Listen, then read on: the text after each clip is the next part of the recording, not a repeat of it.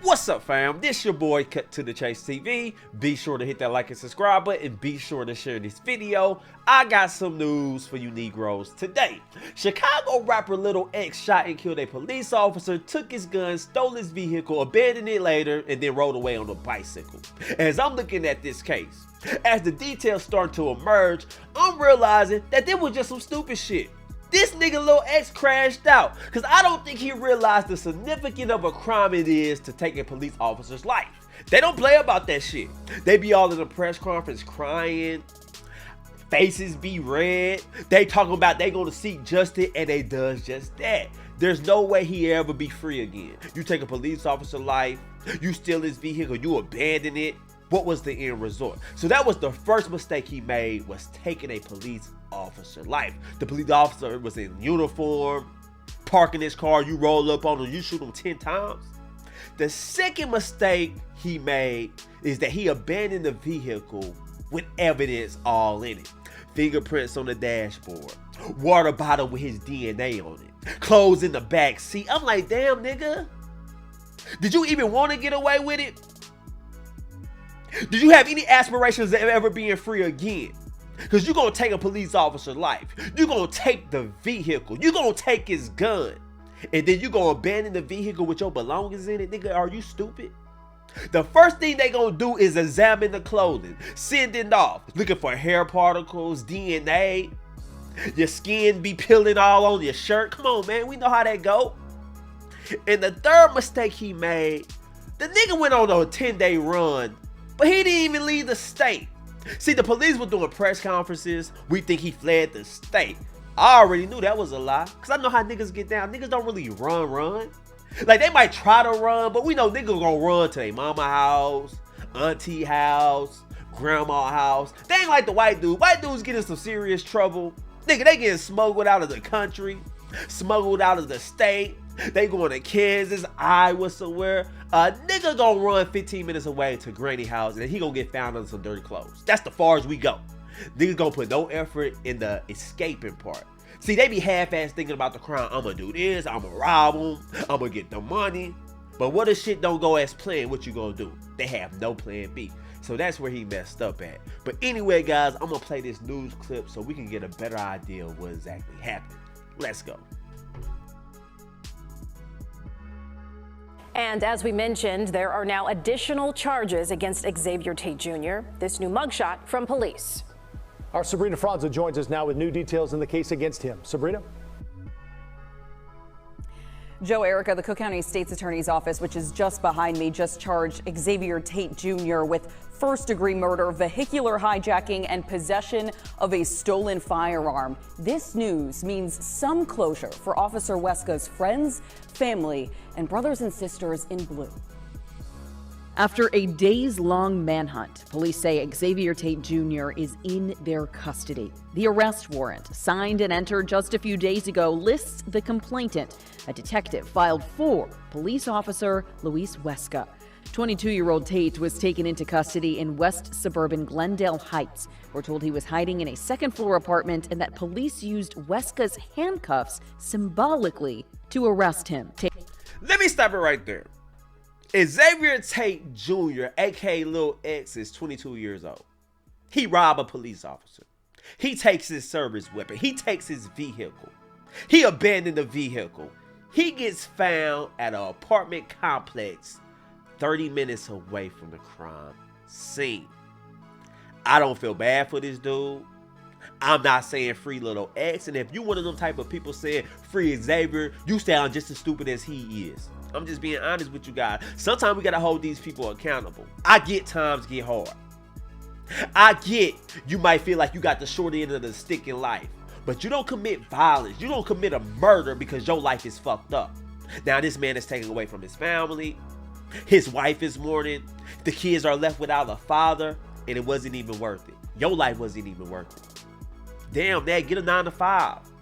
Everybody want to talk about how broke they are, how hard their life is. You tell a nigga to get a job, and they look at you like you crazy, man. They won't hire me. Niggas always a job for anybody. Come on, man, stop that.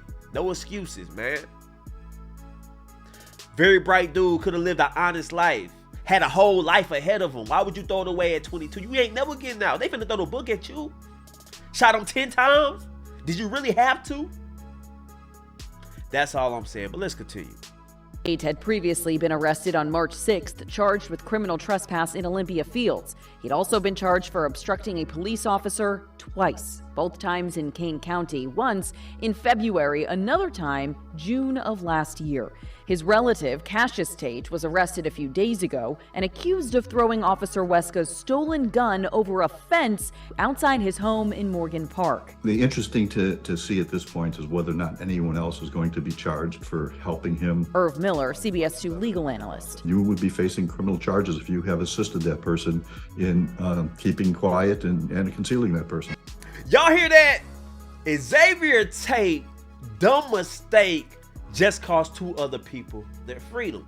As you heard in that news clip, they arrested his cousin Cassius Tate for being in possession of the officer weapon and throwing it in the front yard once the police came knocking on his door. What type of shit is that? See, sometimes you gotta charge your family member to the game. Sometimes you gotta wash your hands with them. I know it sounds messed up. I know we want to be there for our family member. They come on up on hard times. You're supposed to help them out. But some things just go too far. You can't help everybody with everything. For example, if Xavier Tate is having money problems, ran off on the plug, he need me to pay $200, you can call me up. You my cousin. I'm going to help you out. But if you tell me you just killed a police officer and you wanted by the police, nigga, I'm not helping you. Good luck, brother, but don't call my phone again. You call my phone again, I'm calling the police. That's how you gotta handle that, because I'm not trying to be involved in no dumb shit.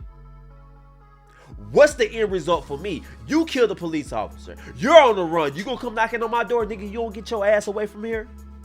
Hey, cut, man, I'm your cousin. I don't give a damn. See, I know how the game go. We all got family members like this. They'll do some dumb shit. They'll be in a world of trouble, and then they fall back on the family for help. And when you tell them no, they want to curse you out. They want to guilt trip you. Oh, y'all never loved me. Y'all didn't help me when I needed y'all the most. Nigga, you killed a police officer. I'm not getting involved in that. And sometimes as family members, we have to do that. You see, his cousin didn't do that. Now he got his ass in jail. And also, the person home that Xavier Tate was hiding in, he got thrown in jail for aiding a fugitive. And I'm looking at the whole case. I'm like, damn. It's one thing for Xavier Tate to do some dumb shit, kill a police officer, go on a run, but you even dumber for helping him out. That's all I'm saying. He come knocking on your door. You give him the place to stay when you know the FBI is looking for him. Why would you involve yourself in that situation? That's all I'm saying.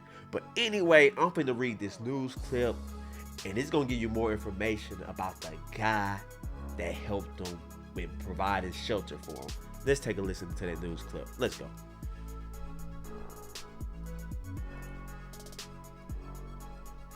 Boom. Okay, so here's the news article. I'm gonna read it for you guys, and this is what it says. Let's read it. Chicago police and city leaders on Friday provided new details on what led to the arrest of an Aurora man accused of fatally shooting officer Luis Weska last month. Xavier L. Tate, 22, was taken into custody Wednesday night by members of the Chicago Police Department and U.S. Marshals Great Lakes Regional Fugitive Task Force in Glendale Heights. A day later, Tate was charged with first-degree murder and the death of Weska. Let's continue reading, y'all. Tate was on the run for 10 days until he was arrested at an apartment complex in Glendale Heights. This past week has been unimaginable for the family of Officer Weska. Amidst the grief, they faced the additional burden of knowing his killer was still free. That changed on Wednesday night, CPD Sergeant Larry Snellen said. Tate was accused of ambushing Weska, who was traveling home from work, and fatally shooting him and stealing his car. Just before 3 a.m. that Sunday, officers responded to a shot spotter alert near 55th Street and Kedzie Avenue, where they found Weska suffering from multiple gunshot wounds nearby. Weska was located in the 3100 block of West 56th Street. He was taken to the University of Chicago Medical Center, where he was pronounced dead at 3:22 a.m., according to the Cook County Medical Examiner's Office. Police said Weska did not shoot his gun during the incident. Damn. Let's continue reading. CPD Chief of Detectives Antoinette Ursetti said after the murder, Tate used a relative bait card to buy a bottle of water at his store. Detectives identified Tate through the relative who allowed Tate to use the bank card. Both the water bottle and the clothing that Tate was wearing that day were found near Weska's stolen car was located. Damn, so wait a minute. This guy's buying a bottle of water. He has clothing on. He's seen on surveillance camera. He kills the police officer, steals his car, and changes clothes and leaves the bottle of water behind with his DNA on it. That's dumb shit. That's crash dummy. After knowing these details, he's my family member. You think I'm gonna help him out? You think I'm gonna risk my freedom for you to get a little bit of extra days free? Because think about it. A crime like this, you're not gonna get away with it. You're not gonna beat it. So why even involve yourself if you're his family member? That's all I'm saying. And if you're Xavier Tate, you shouldn't even want your family members involved in it. You should just hold it on the chin. Hey, I did some dumb shit. I killed a police officer. Let me deal with the consequences. I'm going to run my ass off, but I'm not going to get any of my family members involved. Don't be calling granny. Don't be calling your mama. See, I know how you niggas do. You niggas do dumb shit, and then you call granny. Call your auntie. Call your mama. Call your uncle, your cousin. You be wanting them to help y'all out. And you get them involved, next thing you know, they got a charge, a felony. Come on, man, don't do that. Let's say this. Police said Tate's DNA was detected on the ballistic evidence gathered from the scene of the shooting. Tate's fingerprint was found on the fence he was seen jumping over after the murder, Ursetti said. Let's continue reading. Ursetti said law enforcement went to Wisconsin and Iowa to look for Tate after reports that he had fled the state. Further investigation led police to an apartment complex in Glendale Heights where Tate was taken into custody with Weska's own handcuffs. Let's go. Malik Murphy was charged with concealing or aiding a fugitive for allowing Tate to stay in his apartment, knowing he was wanted by Chicago police for first-degree murder. Now, this is Malik Murphy. I mean, this dude looks sweet as hell. He looks sweeter than Project Kool-Aid. So they gotta be lovers, you know, because you go that hard for Xavier Tate. That ain't just no friend shit, because as a friend, you would tell your boy, hey, bro, don't call my phone. You all on the news. You all on the FBI most wanted list. You killed a police officer, nigga. I see you. I'll visit you, my nigga. That's all you gotta say once they handcuff you. Don't call, don't come here. But it seemed like this dude might have been lovers or some shit. For him to risk his freedom. These are very serious crimes. Killing a police officer and you gonna lend your house to him? It ain't that serious, bro. Ain't that much love in the damn world. Ain't no friendship that important. Let my friends do some dumb shit right now. You think I'm gonna open my house for them? Hell no. I don't give a damn if it was a hit and run. You can't even come to my house. Hey, cut, man. Can I come sleep at your house for a few days? I was involved in the hit and runs, a minor fender bender. They got my car towed. Hell no, nigga. I don't give a, it's just a hit and run. I don't give a damn about none of that. You ain't finna come here. Aiding and abetting you, then I get my ass locked up. Sometimes you just gotta be true and tell them that. But let's continue reading.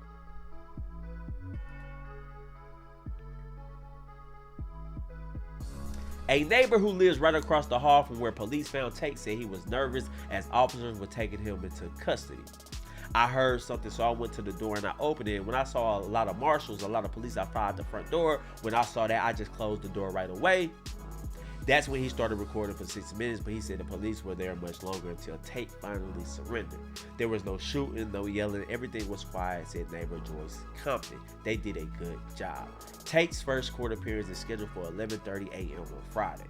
Cassius Tate, a relative of Xavier's, was arrested last week and accused of disposing Wesley's service weapon, which has been recovered. He was charged with one felony count of aggravated unlawful use of a weapon.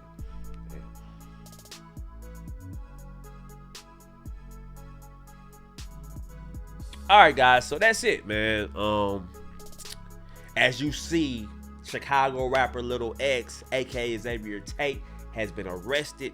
He has been charged with first-degree murder. They took his cousin in for having possession of the stolen weapon. They took his lover, I'm assuming, in for helping him out.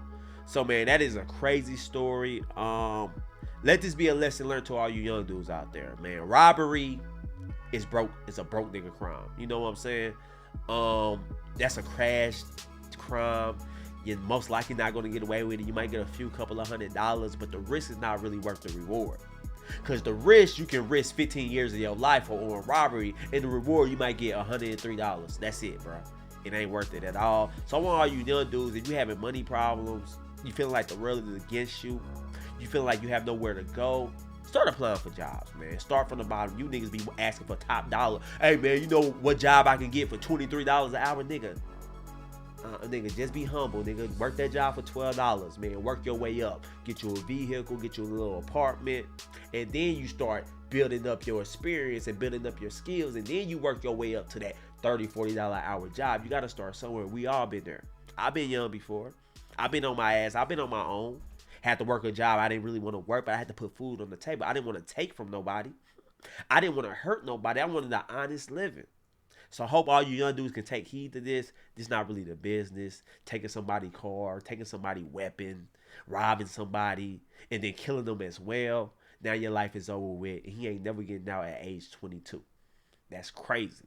But anyway, guys, those are my thoughts about this whole situation. But I don't know how you guys feel about it. Leave a comment, share this video. I love you guys. Peace.